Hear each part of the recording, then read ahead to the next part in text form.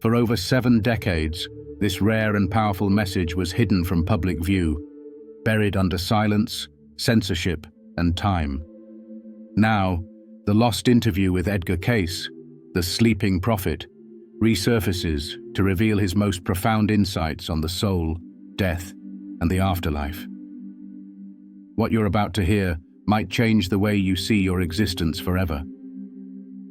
In the early 20th century, Edgar Cayce became one of the most enigmatic and controversial figures in American spiritual history.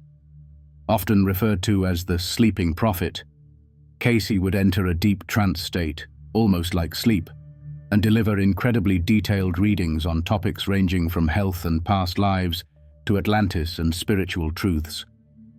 But there was one reading, more profound and unsettling than the rest, that was never meant for public ears. It was conducted privately, recorded quietly, and then locked away, banned from publication for nearly 70 years. What made it so dangerous? It wasn't about politics, it wasn't about conspiracy, it was about something far more threatening to the powers of its time, the truth about the soul and what happens after we die. During a private session, Cayce was asked a series of questions about the afterlife, heaven and hell, and the nature of the human soul. His responses shook the very foundations of traditional religious thought.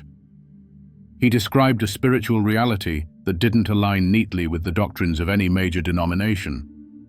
In fact, some of his revelations directly challenged the concepts of eternal damnation, sin as punishment, and the idea that humans are born spiritually empty. Instead, he presented a much more mystical and empowering vision, one in which every human soul is divine, eternal, and in constant evolution. This interview was not broadcast, printed, or shared widely. Clergy members and conservative thinkers, who had previously admired Cayce's healing insights, now turned away. Some called him a heretic. Others accused him of spiritual danger. Family members and close followers, fearing public backlash and institutional condemnation, made the decision to withhold the content. It disappeared into the archives of the Association for Research and Enlightenment, collecting dust for decades. The few who had read it whispered of a deeper truth that could liberate humanity from fear, but only if people were ready. Most weren't. Now, for the first time in generations, that interview is resurfacing. What Cayce said about the soul and about death is as relevant now as it was then, perhaps even more so in an age where many feel spiritually lost, disconnected, and terrified of the unknown. The words you're about to hear are not just historical, they are revolutionary. They offer a glimpse into what the world tried to silence, a message of hope, transcendence, and eternal life. So what exactly did Edgar Cayce say about death? He was asked while in a trance state, "What becomes of the soul at the moment of death?" There was a long pause. Then Cayce spoke, softly but clearly. He said, "The soul merely passes through a door. A veil is lifted, and it continues, just as one waking from a deep dream, into a greater reality." To Cayce, death was not an end. It was not a punishment, nor a mystery to be feared. He saw it as a sacred passage. The soul, he explained, does not disintegrate, vanish, or suffer eternal torment. Instead, it transitions, almost instantly, into another dimension of existence.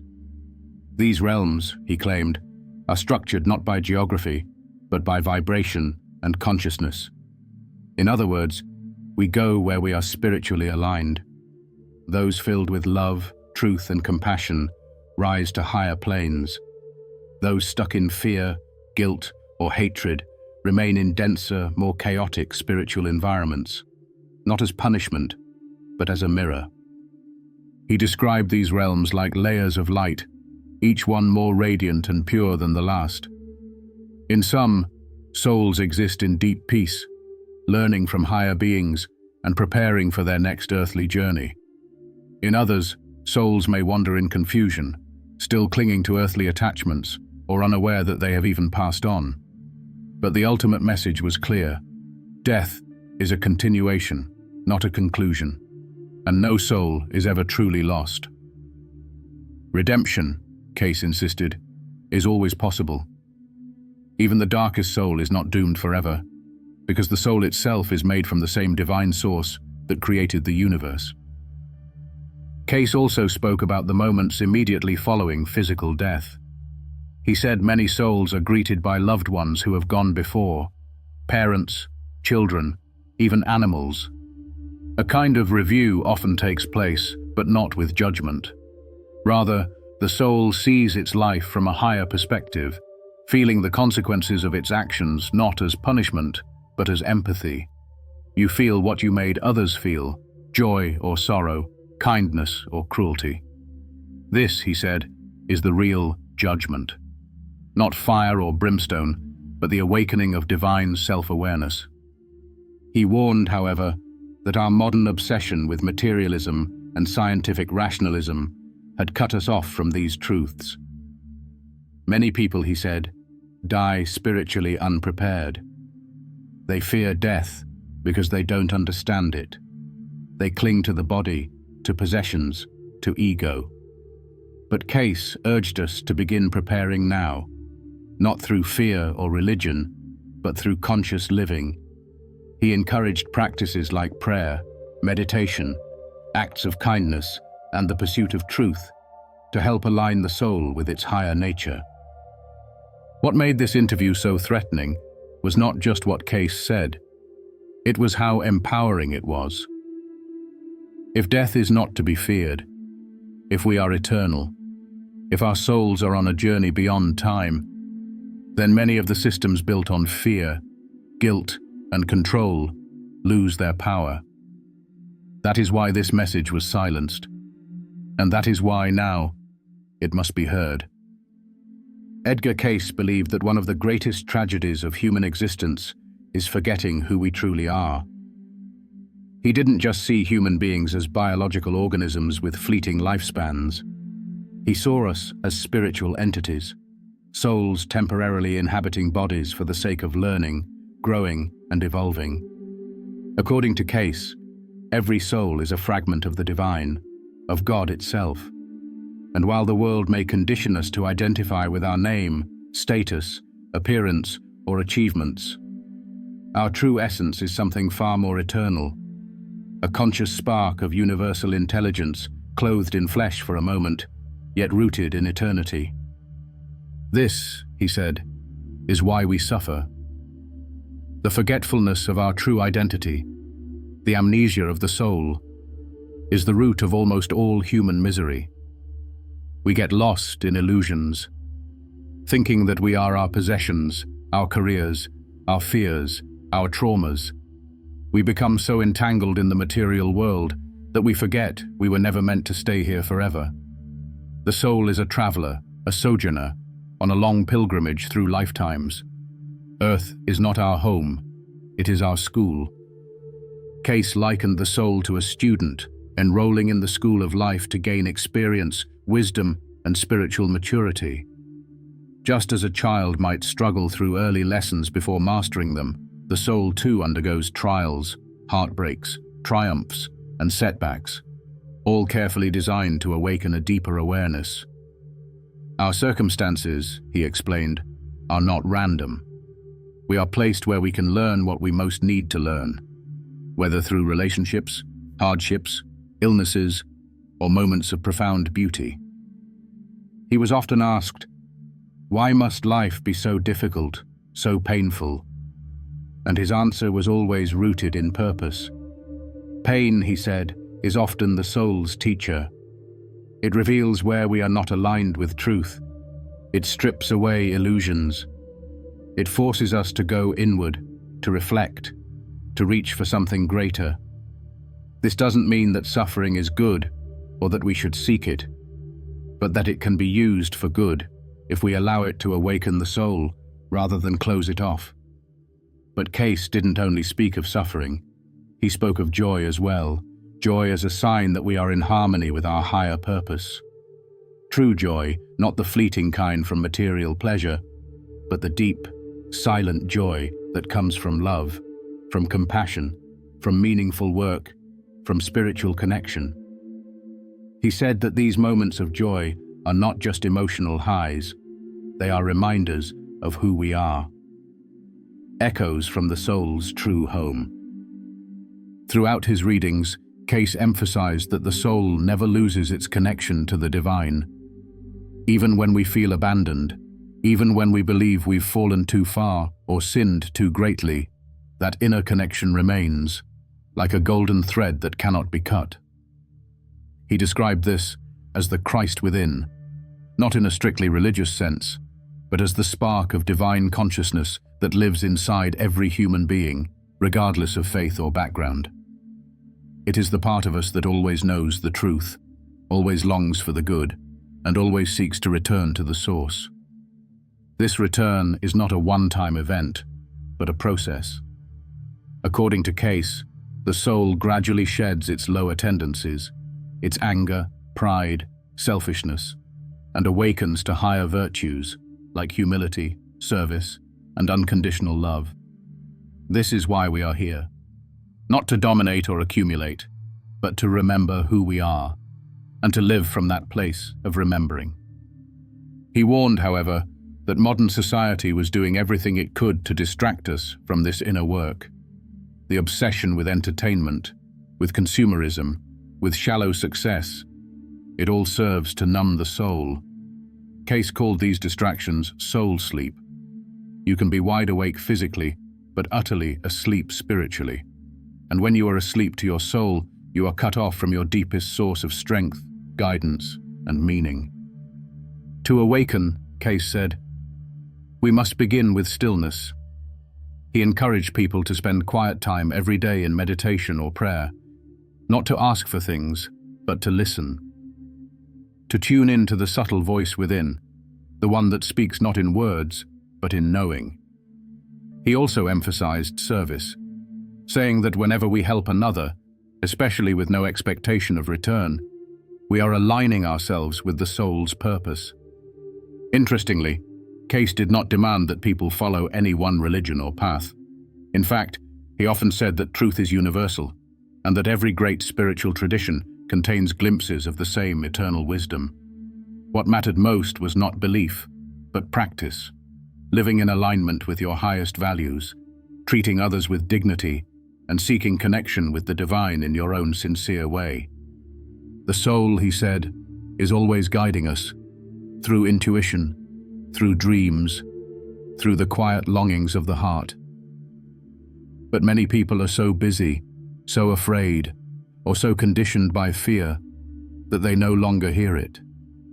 They follow the world's voice instead. They chase status, money, validation, only to find themselves empty, even when they succeed. That emptiness, Cayce believed, is the soul's cry to be remembered. And so the question he left us with is this: do you remember who you are? Not your job, not your story, but your essence. The one who was never born and will never die. The one who came into this world not to be trapped by it, but to transform through it. That is the real identity. And remembering it may be the most important task of your entire life. Among Edgar Cayce's most controversial teachings was his unwavering belief in reincarnation and karma, two concepts that were radically at odds with the mainstream religious and scientific thinking of his time. While many of his followers found comfort in his readings on physical healing and spiritual insight, these deeper metaphysical revelations challenged the very framework of how people understood life, justice, and destiny. Cayce claimed that the soul is eternal, and as such, one lifetime is not enough for it to experience all that it needs in order to fully grow, evolve, and return to its divine origin. Life, he said, is like a book, and each individual incarnation is just one chapter in a much longer narrative. What you are living right now is not the beginning nor the end, but part of a continuous story, written over centuries, across many lifetimes, in different bodies, cultures, and even genders. You may have once lived in Egypt as a priest, or in Rome as a soldier, or as a mother in a small medieval village. These lives are not fantasies, he insisted, but stored within the soul's memory, even if we no longer consciously remember them. The law that binds these lives together is karma. Not karma in the superficial sense of what goes around comes around, but a far deeper and more spiritual form of justice. Cayce described karma as the law of soul correction. It's not punishment for wrongdoing, but an opportunity to rebalance and learn. Every action, thought, or intention we express sets energy into motion. If that energy is loving, compassionate, or wise, it creates harmony and spiritual momentum. But if it's selfish, harmful, or rooted in fear, it creates an imbalance that the soul must eventually resolve, whether in this life or in the next. This means that many of the challenges we face, whether illness, financial hardship, difficult relationships, or unexplained fears, may not be random or cruel, but echoes from a past life. Cayce would often give readings in which he explained that a person's chronic pain or recurring emotional struggle was the direct result of a past life event that needed healing. He might tell someone that their fear of water came from drowning in a previous incarnation, or that their inability to speak up came from having once abused power through speech. These were not punishments, but opportunities, chances to grow beyond those patterns and elevate the soul to a higher vibration. Just as we carry physical DNA, Cayce said, we carry spiritual DNA, the residues of our past experiences, choices, and lessons. But karma is not fate. It does not doom anyone to suffering. Rather, it offers the soul a sacred chance to choose differently. If you once caused harm, now you may find yourself in a position to offer healing. If you once lived with great pride, now you may be learning humility. These aren't curses, they are spiritual corrections, lovingly designed by the soul itself before re-entering the physical world. Cayce often emphasized that we choose our circumstances, not consciously, but on the soul level, before birth. The families we are born into, the body we inherit, even the location and era, all are chosen for their potential to help us confront and transform aspects of ourselves. This is why two people can go through similar circumstances and respond in completely different ways. The soul is navigating its own curriculum. What looks like chance from the outside is actually intentional from the soul's perspective. He also believed that people travel together in soul groups. That is, many of the most important people in our lives, parents, children, spouses, even enemies, are souls we've encountered before. In some lives, we might be lovers. In another, siblings. In yet another, rivals. The relationships may change, but the purpose remains the same: to help each other evolve. This insight alone, Cayce suggested, could transform the way we view even the most painful relationships. What if the person who hurt you the most in this life was once your child in a previous life? What if you chose to come together again, not to repeat the pain, but to finally heal it? Cayce's readings also addressed the moral dimension of reincarnation. While every soul is on a journey back to God, he warned that we are not all on the same page of the book. Some souls are young, impulsive, and still learning basic lessons. Others are old, wise, and carry a sense of knowing far beyond their years.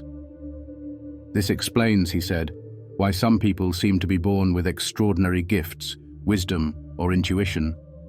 They've carried it over from previous lives.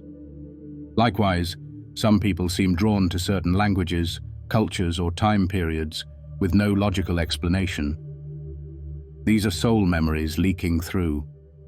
In our modern world, the idea of reincarnation can seem abstract or even absurd, but Cayce argued that it offers something our current worldview cannot: meaning.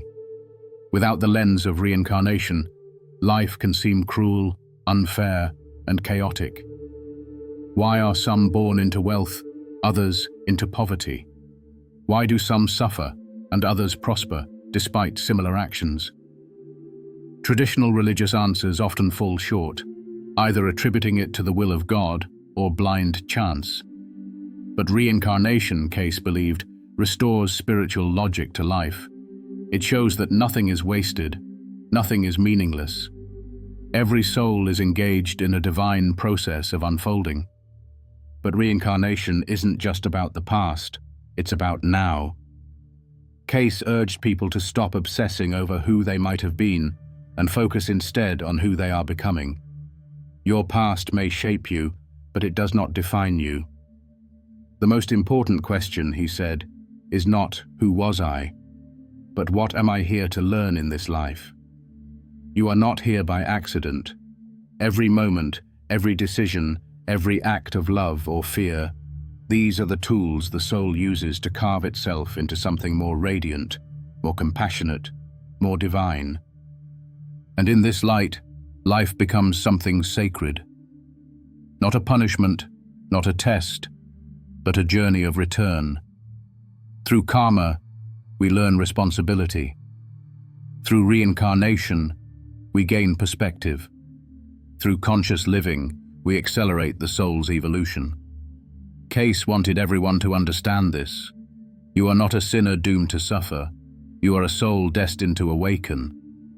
One of the most comforting and awe-inspiring revelations in Edgar Cayce's lost interview was his insistence that the soul does not simply vanish after death. It continues to exist, to grow, and in many cases, remains near those it loved in life. Cayce spoke with striking clarity and conviction about the ability of souls who have passed on to stay connected with the living, offering them guidance, comfort, and even subtle forms of communication. To Cayce, death was not a wall, but a veil, thin, permeable, and ultimately illusory. And while the body may fall away, the bonds of love do not. They stretch beyond the grave, linking soul to soul across dimensions. He was once asked during a trance reading, "Can those who have passed on still see us? Do they remember us?" Cayce responded gently but firmly, "Yes, love does not forget. The soul is aware and more conscious than ever before. Those who leave the physical plane do not abandon those they love. They simply see them from the other side."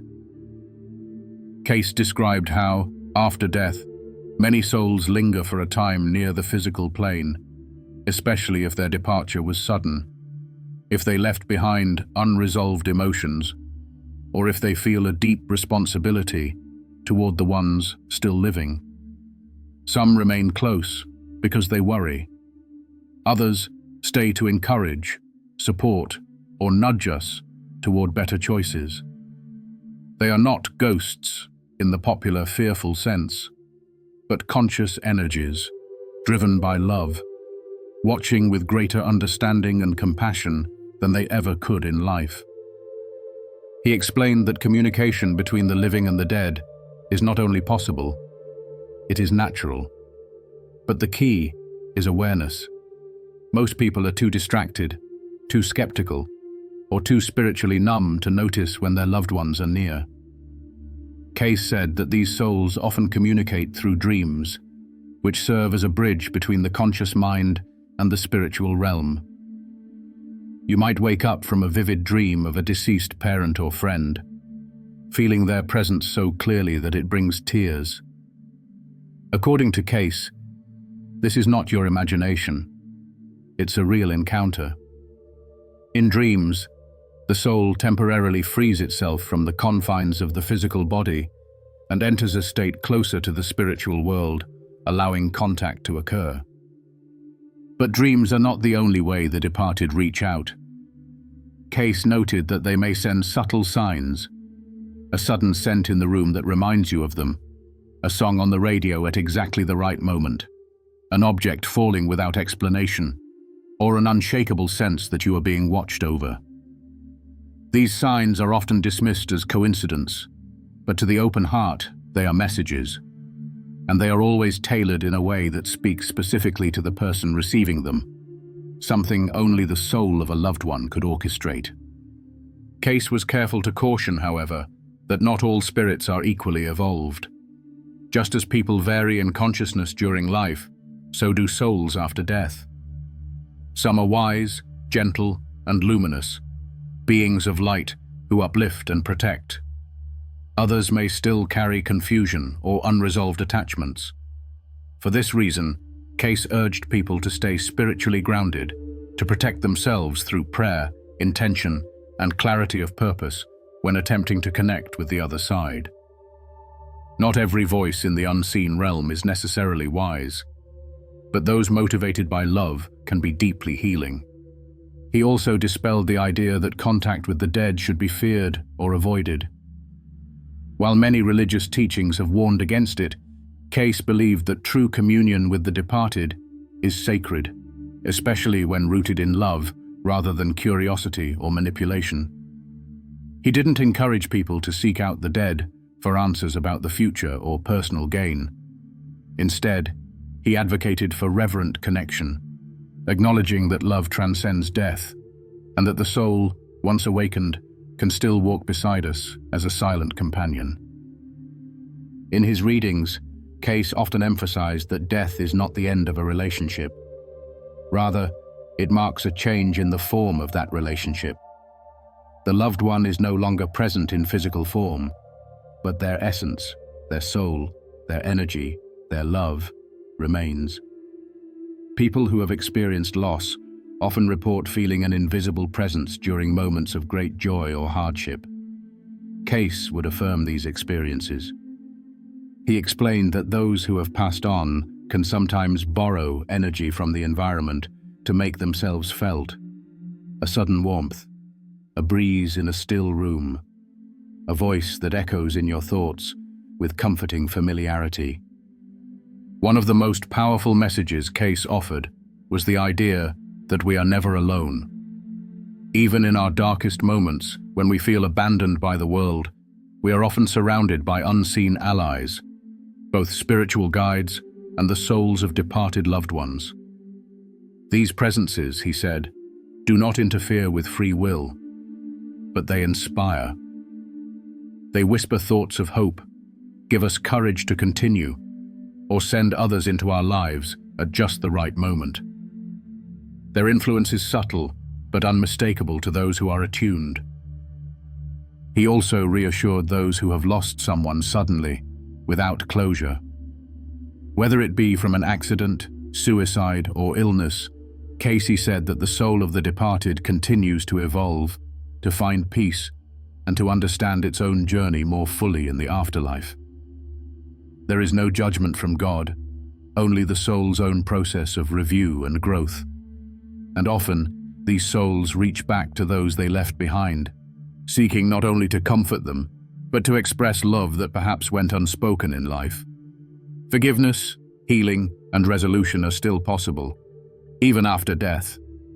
For those grieving, Cayce encouraged a practice of quiet meditation or prayer, during which one could speak inwardly to the departed, not as though they were gone, but as though they were sitting beside you, listening. Because in many ways, they are.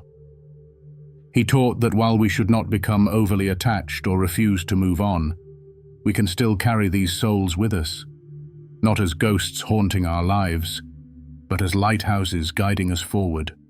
Ultimately, Cayce's vision of the afterlife was not one of isolation, but of connection. The soul is not lost to the abyss. It is alive, aware, and still capable of love. And if we open ourselves to that possibility, not with superstition, but with reverent trust, we may begin to experience a deeper reality, that the dead are not truly gone. They walk with us, whisper to us, comfort us in silence, and cheer for our growth from across the veil. And perhaps that is the greatest gift of all, the understanding that death is not the end of love. In Cayce's words, it is simply love changing form. And when the time comes for our soul to cross over, we will find that we were never alone. We were always held in an unbreakable circle of connection, stretching across lifetimes, between worlds, and beyond death itself.